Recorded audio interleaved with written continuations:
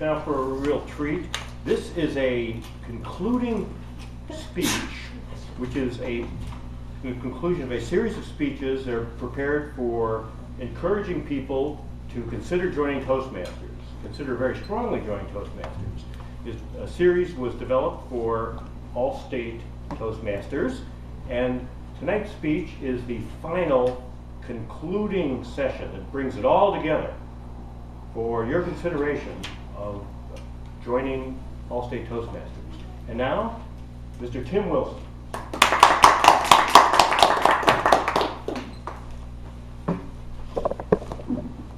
So now just to wrap things up.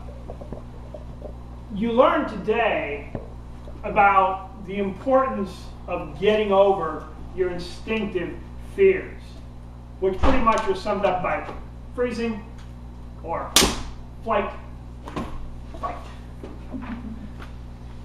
And the problem is when you get up there and you're not ready to speak, one of those things is going to happen. And you see it happen to new people all the time. They get up there and like, what are we going to do?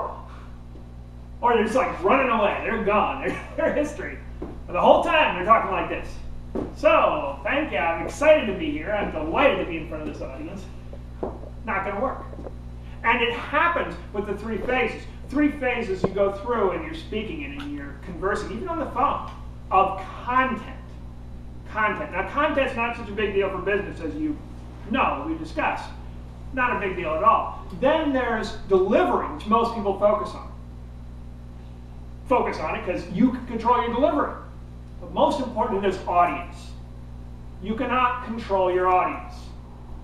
No matter how much you think you can't control your audience. They're going to do things you don't expect. And that's going to really get you to freeze and flight and fight if you aren't ready for it.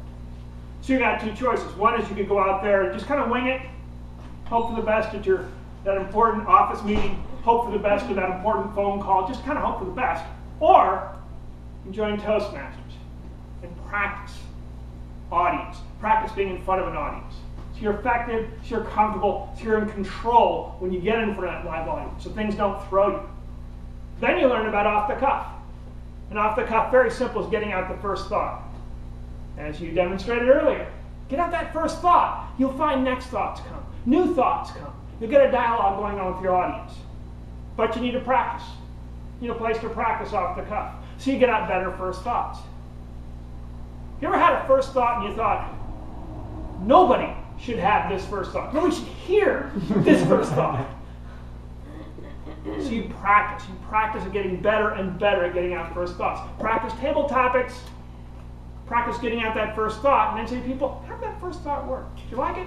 I'm like, whoa, dude, you got it. That's not a good one. So, okay, I'll do something else. How did that one work? So next time you do it, well, that's better. That's better. Practice. Place to practice getting out the first thoughts is Toastmasters with table topics. And then finally, the meeting. And the meeting is a test. That's all it is. Any meeting you're in is a test. It's a test because the first thing you got to do is for the test, you got to make the test. And that's really about the problem, identifying the problem, knowing what the problem is. Then you have to take the test. Take the test is simply about the solution. Off the cuff can help a lot with getting your solutions in meetings.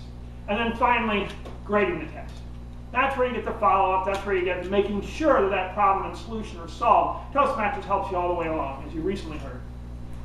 It's just really effective at making those meetings happen and getting better meetings, more productive meetings, because you won't freeze with the problem.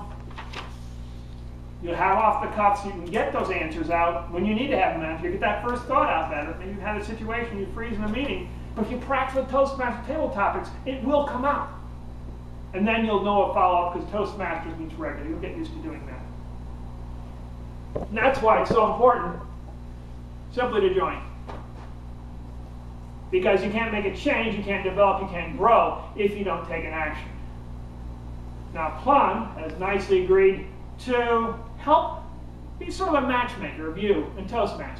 To make sure you find a Toastmaster club that works right for you. Make sure you find a Toastmaster club that's really going to help you in the areas you need help with. There are different choices for different people that want to have different choices. And they'll kind of help you out in that procedure because it's really important to get working on this, to get developing on this.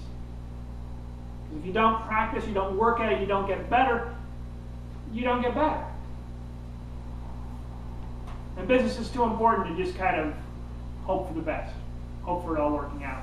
If you're in that important meeting, you're on that important phone call, you're in that important situation, you need to make sure that it goes well, right? And make sure that things don't just fall apart, that you don't get nervous up there. It's crucial.